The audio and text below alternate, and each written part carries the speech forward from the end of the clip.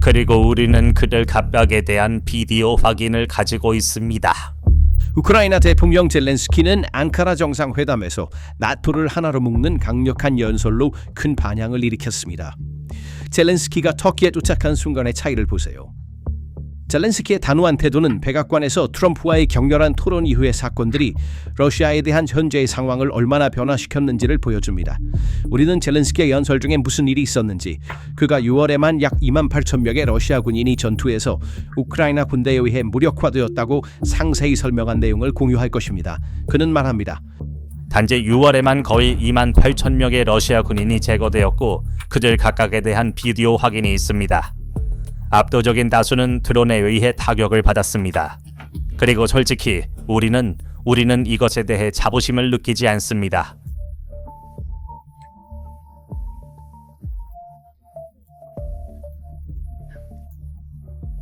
우리는 현대 전쟁이 어떤 모습인지 보여주기 위해 그것을 보고 있습니다. 우리가 시작하지 않았지만 싸울 수밖에 없는 전쟁입니다. 젤렌스키는 러시아의 후반기 보호되고 방어된다는 개념에 대해 연설을 계속합니다. 젤렌스키는 이 개념이 이제 완전히 사라졌다고 말합니다. 그들은 더 이상 전략적 후방을 가지고 있지 않습니다. 젤렌스키가 장거리 제재라고 부르는 우리의 드론은 해외 러시아 인프라를 타겟으로 하는데 매우 효과적이었습니다. 젤렌스키가 말하는 연설의 바른 부분을 살펴보겠습니다. 그동안 우리는 러시아가 전략적 후방을 가진다는 개념을 완전히 제거했습니다. 그리고 당신은 이 나라를 알고 있습니다. 오랫동안 러시아는 영토적 이점이 있다고 믿었습니다. 다른 누구도 안전하게 군사 생산, 군사 장비, 그리고 전쟁에 필요한 모든 것을 보관할 수 있는 깊은 후방을 가지고 있지 않았으며 아무도 그곳에 도달할 수 없다고 믿었습니다. 그리고 우리는 그들에게 도달했습니다. 바로 어제 우크라이나 드론이 러시아의 방어선을 뚫고 시베리아의 러시아 정유소를 공격했습니다. 그리고 이것은 예외가 아닙니다. 이것이 새로운 현실입니다.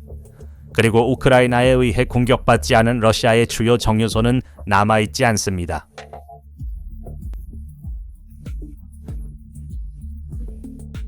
여기서 젤렌스키의 이야기가 더 있습니다. 그는 방어 측면에 대해서도 이야기합니다. 우크라이나는 러시아 드론 무리와 일부 러시아 순항 미사일에 대해 방어할 수 있지만 러시아 탄도 미사일에는 정말로 어려움을 겪고 있습니다. 이를 위해서는 패트리어트 요격기가 절실히 필요합니다. 젤렌스키가 여기서 주목하고 있는 점이 바로 이것입니다. 젤렌스키가 이에 대해 뭐라고 말했는지 봅시다. 그리고 오늘날 우리는 매일 밤낮으로 수백 번의 공격과 드론을 방어하고 있으며 매달 수천 번의 공격을 방어하고 있습니다. 우크라이나의 방위 산업은 전면전 중에도 그 능력을 구축하고 있습니다. 그리고 우리는 순항 미사일에 대해 높은 요격률을 유지하고 있습니다. 이는 우리가 구축한 방공 시스템 덕분이며 물론 계속해서 우크라이나의 방어 지원을 제공하는 모든 파트너들의 지원 덕분입니다.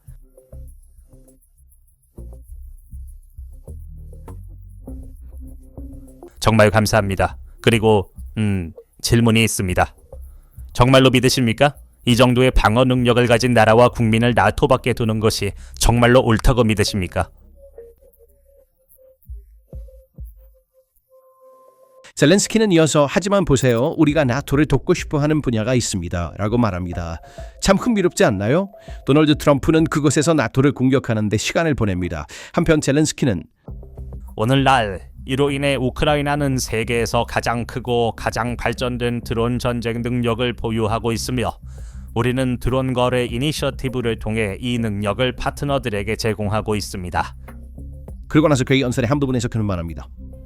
푸틴과 달리 우리는 이 전쟁을 즐기거나 치정학적 이유로 싸우고 있는 것이 아닙니다. 러시아가 이 전쟁을 우크라이나에 가져왔고 우리 국민을 죽이고 있습니다. 우리의 독립을 파괴하려 하고 있으며 우리는 단지 방어하고 있을 뿐입니다. 이 전쟁의 첫날부터 우리는 스스로를 방어하고 있습니다. 바로 그가 말한 내용입니다. 그리고 정상회담에서 나온 가장 놀라운 결정은 젤렌스키와 우크라이나를 지지하는 지도자들의 영향으로 미국이 주도하는 나토 지도자들이 우크라이나의 러시아 깊숙한 곳까지의 장거리 공격을 명시적으로 지지했다는 것입니다. 이는 키이우가 러시아의 깊은 곳까지 공격할 수 있는 일종의 허가를 받은 것을 의미합니다. 그리고 바로 거기서 모순이 시작됩니다. 푸틴은 화면에서 승리를 말하지만 심지어 러시아 내부에서도 그 이야기를 더 이상 믿지 않는 사람들이 있습니다. 온라인에 떠도는 영상에서 전쟁을 지지하는 러시아 두마 의원이 그렇다면 왜 당신은 직접 전선에서 싸우지 않습니까? 라는 질문을 받고 화를 내며 인터뷰를 중단했습니다. 물론 단일 비디오가 전체 두마를 대표하는 것은 아니지만 크렘린 내부에서도 패배 심리가 스며들고 있으며 러시아가 더 이상 이 전쟁에서 승리할 수 없다는 인식이 점점 확산되고 있음을 보여줍니다. 앙카라의 변화는 우크라이나의 손을 더욱 강화할 것입니다. 하지만 봉전의 다른 면도 있습니다. 같은 정상회담에서 트럼프는 동맹국들을 질책합니다. 우크라이나는 여전히 가장 원하는 것, 즉 회원국 지위를 얻지 못합니다. 그리고 승리가 테이블에서 논의되는 동안 러시아는 계속해서 키이우를 폭격하고 있습니다. 그렇다면 앙카라는 푸틴, 우크라이나, 나토에 대해 실제로 무엇을 바꿨을까요? 3명의 행위자, 3개의 별도 이야기, 우리는 편견 없이 하나씩 살펴볼 것입니다. 하지만 먼저 작은 부탁이 있습니다. 독립적인 전쟁 및 기술 분석은 최근 알고리즘에 의해 억제되어 이 비디오는 원하는 많은 사람들에게 도달하지 못하고 있습니다. 구독, 좋아요, 그리고 댓글에 단 한마디라도 남기는 것이 이를 돌파하는데 직접적인 도움이 됩니다. 몇 초밖에 걸리지 않습니다. 먼저 실제로 무슨 일이 있었는지 명확히 해봅시다. 정상회담은 7월 8일 수요일에 끝났고 루터의 마무리 메시지는 나토는 성과를 낸다 라는 한 줄로 요약되었습니다. 그 의미는 방위 투자 증가, 새로운 역량 도입, 산업 생산 확대, 유럽과 캐나다가 더 큰 안보 부담을 맡고 있다는 것입니다. 루터는 이를 나토 3.0이라고 부르며 우리의 안보를 더 나은 방향으로 재조정한다고 했습니다. 공식 앙카라 선언은 2가지를 강조했습니다. 동맹의 저조, 즉 한 명에 대한 공격은 모두에 대한 공격이라는 원칙이 재확인되었고 러시아는 유로 대서양 안보에 대한 장기적인 위협으로 명시되었습니다. 루터의 나토 3.0 비유도 헛된 것이 아닙니다. 동맹의 첫 번째 형태는 냉전 시기의 소련 위협에 맞서기 위한 억제 블록이었습니다. 두 번째는 9.11 이후 아프가니스탄과 같은 먼 지역에 도달하는 원정군이었습니다. 그 세 번째는 완전히 다른 것으로 생산과 회복력을 중심에 두고 미국에서 유럽으로 무게중심을 점차 옮기는 영구적인 전쟁 경제로 전환하는 동맹입니다. 앙카라는 이 세 번째 시대의 공식 선언이었다. 그래서 정상회담은 한편으로는 국내에서의 부담 분담을 선언했고 다른 한편으로는 해외의 명확한 위협을 지적했다. 그러나 진짜 이야기는 그 틀 아래의 숫자에 있다. 왜냐하면 앙카라에서는 구체적인 결정이 숫자와 함께 나왔기 때문이다. 알자질에 따르면 방위비 지출 목표는 2035년까지 국내 총생산의 5%입니다. 유럽과 캐나다는 2025년에 핵심 방위 투자액을 139억 달러 이상으로 늘렸으며 이는 약 20% 증가한 것입니다. 미국은 여전히 국내 총생산의 3.17%를 지출하고 있으며 유럽과 캐나다 평균은 1년 만에 2.3%에서 2.53%로 상승했습니다. 두 번째 숫자는 산업에 있습니다. 방위산업 포럼에서 보수 100억 유로 이상의 새로운 조달 계약이 체결되었습니다. 세 번째는 항공 분야입니다. 드론 엣지라는 프로그램은 5년 동안 모인 시스템에 400억 달러를 할당하고 2027년 말까지 드론 운영자를 5배 더 훈련하며 트리톤과 글로벌 아이 같은 시스템을 획득하고 있습니다.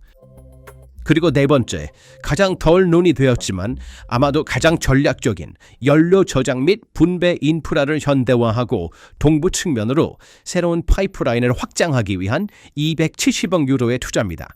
이 조약의 정치적 의미도 큽니다. 유럽은 수년간 방어 비용을 미국에 떠넘기고 모임 승차한다는 비판을 받았습니다. 2,390억 달러의 증가는 처음으로 그 비판을 뒤집습니다. 대륙이 여전히 비율 면에서는 미국에 뒤처져 있지만 절대적인 수치로는 이제 자국의 안보 비용을 진지하게 부담하기 시작하고 있습니다. 그렇다고 해서 이것이 하루아침에 이루어지지는 않을 것입니다. 5% 목표는 2035년을 가리키며 이는 실제 부담이 다가오는 10년에 걸쳐 분산된다는 것을 의미합니다. 앙카라가 선언한 것은 도착이 아니라 길고 비용이 많이 드는 등반의 시작입니다. 이 네 가지 숫자는 모두 한 방향을 가리킵니다.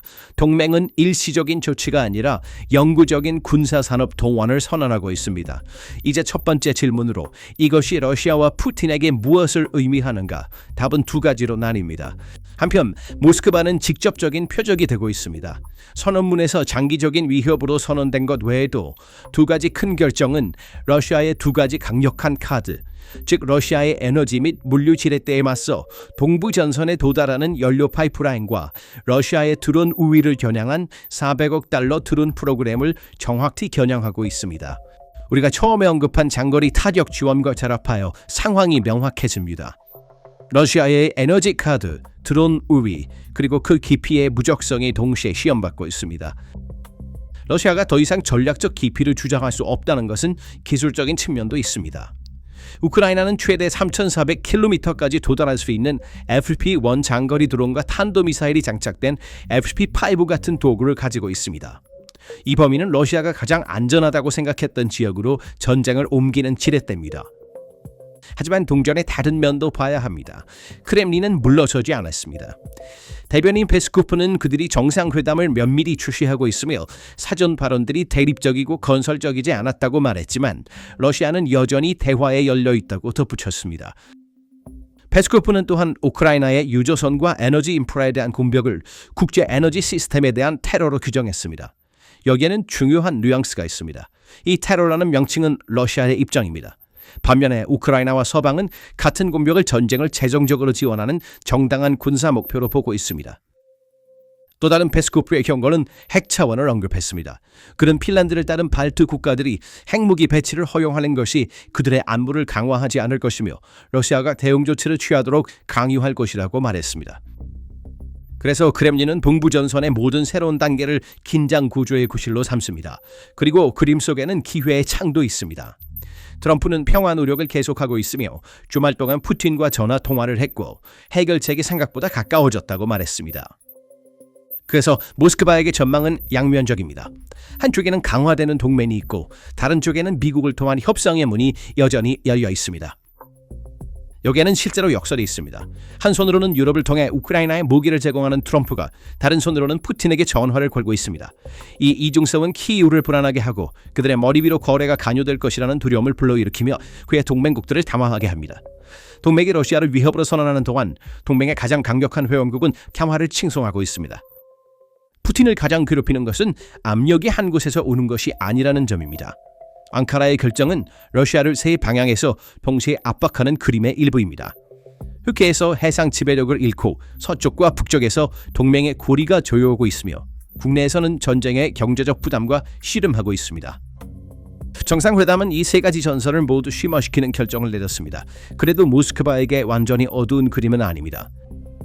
트럼프가 열어둔 협상문은 러시아의 탈출구, 제재 완화, 현 전선의 동결 또는 재정비할 시간을 제공할 수 있습니다. 그래서 크렘린은 포위되고 있는 상황에서도 이 기회를 지렛대로 사용하려 할 수 있습니다. 잠깐의 휴식.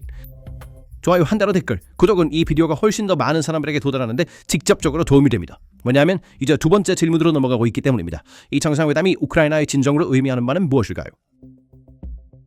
두 번째 질문, 우크라이나가 얻은 것과 얻지 못한 것은 무엇인가? 얻은 것은 큽니다. 자금 면에서 키이우 포스트에 따르면 동맹국들은 2026년에 700억 유로를 약속했고 2027년에도 최소한 같은 금액을 약속했습니다. 약 1,400억 유로가 2년에 걸쳐 제공됩니다. 하지만 여기서 중요한 뉘앙스가 있습니다. 이 모든 것이 새로운 자금은 아닙니다.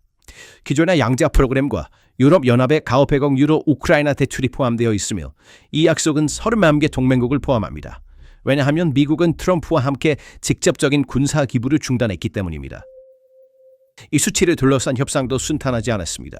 독일 총리 메르츠가 고정적이고 구속력 있는 숫자를 추진하는 동안 이탈리아는 처음에 2년 약속에 반대했습니다. 그래서 1,400억 유로라는 헤드라인은 여러 수도에서 온 조각들로 이루어진 불안정한 모자이크이며 여전히 논의 중입니다.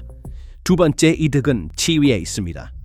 우크라이나는 이제 단순한 원조 수혜국이 아니라 드론 전쟁, 최전선 혁신, 방위 생산에서의 도약 덕분에 동맹의 안보에 기여하는 국가로 인정받고 있습니다.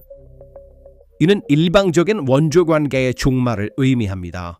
우크라이나가 전선에서 배운 무인 시스템, 전자전, 신속한 대량 생산은 이제 나토가 자체 교리를 업데이트하는 살아있는 실험실이 되고 있습니다. 젤렌스키는 구체적인 숫자도 제시했습니다. 그는 6월에만 약 2만 8천 명의 러시아 군인이 무력화되었으며 각각 드론으로 촬영된 영상으로 확인되었다고 말했습니다. 우리는 이것에 자부심을 느끼지 않습니다. 우리는 현대전쟁이 어떤 모습인지 보여주고 있습니다. 이 수치는 우크라이나의 것이며 독립적으로 검증되지 않았습니다. 구체적인 계약도 체결되었습니다. 앙카라에서 젤렌스키는 에스토니아, 네덜란드, 덴마크와 드론 협정을 체결했습니다. 독일, 노르웨이, 핀란드, 캐나다와도 추가 계약이 예상됩니다. 우크라이나는 북대서양 기구 국가 15곳과 드론 생산 협상을 진행 중입니다. 그의 말에 따르면 드론 거래 이니셔티브입니다. 단순히 드론을 구매하는 것이 아니라 공동 생산과 중요한 인프라 방어에 협력하는 것입니다. 방공에 관해서 젤렌스키의 첫 번째 요청은 패트리어트 미사일이었습니다. 트럼프는 미국이 우크라이나의 패트리어트 생산 라이선스를 보여줄 것이라고 말했으며 9개의 유럽 국가들이 900억 유로 패키지를 통해 우크라이나의 패트리어트를 지원하려고 노력하고 있습니다. 그래서 무엇이 빠졌나요? 한마디로 회원권입니다. 젤렌스키가 우크라이나가 나토에 속한다고 말했지만 회원권은 부여되지 않았습니다. RUSI 전문가에 따르면 회원권은 논의조차 되지 않았습니다. 안보 보장에 대해서도 트럼프는 모호하게 말하며 만약 협상이 이루어진다면 안보 패키지를 작업할 것이라고만 했습니다. 그 조건 자체가 많은 것을 말해줍니다. 평화를 이루어야만 얻을 수 있는 보장은 우크라이나를 협상 테이블로 밀어붙이는 지렛대가 되기도 합니다. 즉, 그 보장은 보상인 동시에 압박수단이 됩니다. 다시 말해 우크라이나는 많은 것을 얻었지만 가장 원했던 것을 얻지는 못했습니다. 젤렌스키는 이 격차를 질문으로 테이블 위에 올려놓았습니다. 이 정도의 방어 능력을 가진 나라와 국민이 나토 밖에서 사는 것이 정말 옳은 일인가? 그리고 그는 자신을 푸틴과 배조시켰습니다. 우리는 즐거움이나 지정합을 위해 싸우는 것이 아니라 스스로를 방어하기 위해 싸우고 있습니다. 반면 푸틴은 우크라이나를 점령하고 러시아 제국을 부활시키려 합니다. 이것은 단순히 원죄에 대한 거래가 아니라 정당성에 대한 주장입니다. 세 번째 질문. 이 모든 것이 나토 자체에 어떤 의미가 있습니까? 두 가지 일이 동시에 일어나고 있습니다. 첫째, 우리가 나토 3.0이라고 부르는 재조정입니다. 미국이 그 무게를 줄이면서 유럽과 캐나다가 더 큰 비중을 차지하고 루터의 표현대로 초점이 목표 설정에서 결과 달성으로 이동합니다. 유럽은 구체적으로 그 격차를 메우고 있습니다. 5개의 나토 국가가 대륙 내에 패트리어트 PAC-세대 미사일을 생산하는 시설을 건설하기 위한 역사적인 계약을 체결했습니다. 젤렌스키도 이를 강조했습니다. 유럽은 긴급히 자체적인 탄도미사일 방어 생산 능력이 필요합니다. 왜냐하면 최상급 공중방어는 여전히 미국산 패트리어트에 의존하고 있기 때문입니다. 간단히 말해서 대륙은 전략적 자율성을 향해 한 걸음을 내딛고 있습니다. 젤렌스키는 이 의존성에 대해 숫자로 설명했습니다. 오늘날의 패트리어트 생산은 진도하는 탄도미사일 위협을 충족시키기에 턱없이 부족합니다. 생명을 방어하는 사람들은 더 많은 패트리어트가 필요합니다. 라고 그는 말했습니다. 대륙이 자체 생산 라인을 서두르는 것은 바로 이 격차에서 비롯된 것이다. 하지만 이 강화의 그림이 완벽하지 않다는 것이 두 번째 현실입니다. 알자질에 따르면 정상회담에서 트럼프는 스페인을 끔찍한 동맹국이라고 선언했습니다. 그린란드에 대한 집착을 계속하자 덴마크는 판매하지 않는다고 답했습니다. 그리고 이란 전쟁에서 아무런 도움을 받지 못한 것에 대해 나토에 매우 불만이라고 말하며 에르도안에 대한 존중으로 정상회담에 참석했다고 암시했습니다. 그래서 동맹이 외부에 대해 강해지는 동안 국내에서는 신뢰의 심각한 시험에 직면하고 있습니다. 트럼프의 발언은 이 시험을 더욱 구체화했습니다. 그는 우크라이나 전쟁이 미국에 영향을 미치지 않는다고 말했습니다. 바이든은 수천억 달러 상당의 장비를 무료로 제공했습니다. 반면에 저는 그것을 팔고 우크라이나가 아닌 유럽연합에 판매합니다. 그들은 비용을 지불합니다. 그는 필요하다면 유럽에서 모든 군대를 철수할 수 있다고 암시하며 대륙에 직설적인 경고를 했습니다. 이민과 에너지에 주의하지 않으면 유럽이 남아있지 않을 수도 있습니다. 그래서 동맹의 가장 큰 강점이자 가장 큰 불확실성이 바로 여기서 개최국인 터키가 전면에 나섰습니다. 로이터에 따르면 트럼프는 터키에 대한 제재를 해제하고 F-35 판매를 다시 논의하겠다고 발표했으며 이는 터키의 러시아 S-400 공중 방어 시스템 구매로 인한 수년간의 긴장을 뒤집는 조치입니다. 트럼프는 관계가 그 어느 때보다 좋다고 설명했습니다. 동부전선에서 가장 큰 군대를 보유한 주최국에게 이것은 정상회의의 가장 구체적인 결과 중 하나가 되었습니다. F-35의 문이 다시 열리는 것은 터키에게 단순히 항공기의 문제가 아닙니다. 이는 오랫동안 배제되었던 5세대 전투기 프로그램으로의 복귀와 서방 방위 구조의 중심에 다시 자리 잡는 것을 의미합니다. 정상회담을 주최하고 러시아와 서방 모두와 대화할 수 있는 터키는 이 그림에서 다리 역할을 하며 그 다리 위치는 앙카라의 협상력을 제공하여 나토 내에서나 협상 테이블에서 그 입지를 강화합니다. 그러나 앙카라에서 이 모든 숫자와 선언이 논의되는 동안 한 가지는 멈추지 않았습니다. 전쟁 자체입니다. 정상회담이 진행되는 동안 러시아는 계속해서 우크라이나를 공격했습니다. 알자질에 따르면 7월 8일 키이우에 대한 미사일 공격으로 최소 3명이 사망하고 14명이 부상당했습니다. 며칠 전인 7월 6일에는 23개의 탄도미사일이 수도를 강타했고 비슈네프 교회에서 20명 이상의 민간인이 사망했습니다. 전쟁은 선언을 위해 멈추지 않았고 이 전쟁의 대가는 테이블 위에 어떤 숫자로도 상쇄할 수 없는 방식으로 다시 민간인들이 가장 무겁게 치르고 있습니다. 젤렌스키는 정유소 공격, 유럽의 자금 지원, 전선에서의 회복 덕분에 블룸버그의 표현에 따르면 1년 전보다 훨씬 강력한 상태로 정상회담에 참석했습니다. 하지만 우크라이나는 여전히 패트리어트 요격 미사일이 부족하고 러시아는 동부에서 점진적으로 전진하고 있습니다. 따라서 현장의 상황은 앙카라의 밝은 그림보다 훨씬 복잡합니다. 사실 우크라이나의 진정한 격차는 바로 여기에 있습니다. 공격에서는 드론과 깊은 타격에서 우크라이나는 세계에서 가장 발전된 군대 중 하나입니다. 하지만 방어에서는 특히 러시아의 탄도미사일에 대해 여전히 미국산 패트리어트 요격기에 의존하고 있으며 그 요격기는 충분한 수로 오지 않고 있습니다. 한쪽에는 전선에서 주도권을 잡고 있는 우크라이나가 있고 다른 한쪽에는 자신의 하늘을 완전히 보호할 수 없는 우크라이나가 있습니다. 이것이 정상회담이 해결하지 못한 진정한 방정식이며 이 방정식에는 인간적인 면도 있습니다. 앙카라에서 지도자들이 악수를 나누는 동안 같은 시간에 키이우에서는 가족들이 잔해 속에서 사랑하는 사람들을 끌어내고 있었습니다. 테이블 위의 추상적인 인물들과 거리의 구체적인 고통 사이의 그 거리는 이 전쟁의 가장 가슴 아픈 측면으로 남아 있습니다. 그래서 이 모든 것을 나란히 놓고 볼 때 앙카라는 실제로 무엇을 선언했습니까? 문서상으로는 강력한 정상회담이었습니다.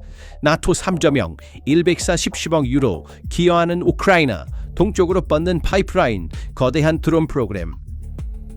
하지만 뉘앙스는 헤드라인만큼 중요합니다. 그 1,400억 유로가 모두 새로운 자금은 아닙니다. 우크라이나는 원하는 회원국 지위를 얻지 못했습니다. 안보 보장은 보호하며 평화협정에 조건이 붙어 있습니다. 트럼프의 약속은 의문부호이며 러시아는 물러서지도 공격을 멈추지도 않았습니다. 사실 정상회담은 각 행위자에게 다른 시험을 제시했습니다. 러시아에게는 이 포위를 지상에서 뒤집을 것인지 아니면 협상 테이블에 나올 것인지가 문제입니다. 우크라이나에게는 이 서류상의 지원을 실제 미사일과 드론으로 전환할 수 있을지가 문제입니다. 그리고 나토에게는 가장 어려운 질문입니다. 미국이 물러서면서 유럽이 정말로 그 공백을 메울 수 있을까요? 아직 세 가지 답변 중 어느 것도 주어지지 않았습니다. 역사적 기록으로 북대서양 조약기구의 70년이 넘는 여정에서 앙카라는 동맹의 무게가 처음으로 유럽과 동쪽으로 결정적으로 이동한 순간으로 기억될 수 있습니다. 그러나 정상회담을 역사적으로 만드는 것은 그 결정이 아니라 그 결정이 지켜지는지 여부입니다. 진짜 메시지는 이것입니다. 앙카라는 끝이 아니라 경로를 선언했습니다. 유럽이 자체 안보를 막기 시작하고 전쟁이 길고 지루한 산업 경쟁으로 변하는 경로입니다. 그리고 그 경로의 진정한 시험은 선언이 아니라 실행에 달려 있습니다. 약속된 미사일, 드론, 파이프라인이 실제로 현장에 도달할까요? 왜냐하면 역사는 보통 테이블에서 한 약속이 아니라 현장에서 지켜진 약속에 의해 쓰여지기 때문입니다. 그래서 이 모든 것에 대해 어떻게 생각하십니까? 앙카라 정상회담이 진정한 전환점인가요? 아니면 주로 문서에 남을 의도의 표명인가요? 러시아를 협상 테이블로 밀어붙이는 것인가 아니면 전쟁을 더 끌고 가는 것인가요? 의견을 댓글로 공유해 주세요. PPR 글로벌의 독점적인 전쟁 및 기술 분석을 계속 받으시려면 채널을 구독하고 알림을 켜주세요. 저희를 선택해 주셔서 감사합니다. 감사합니다.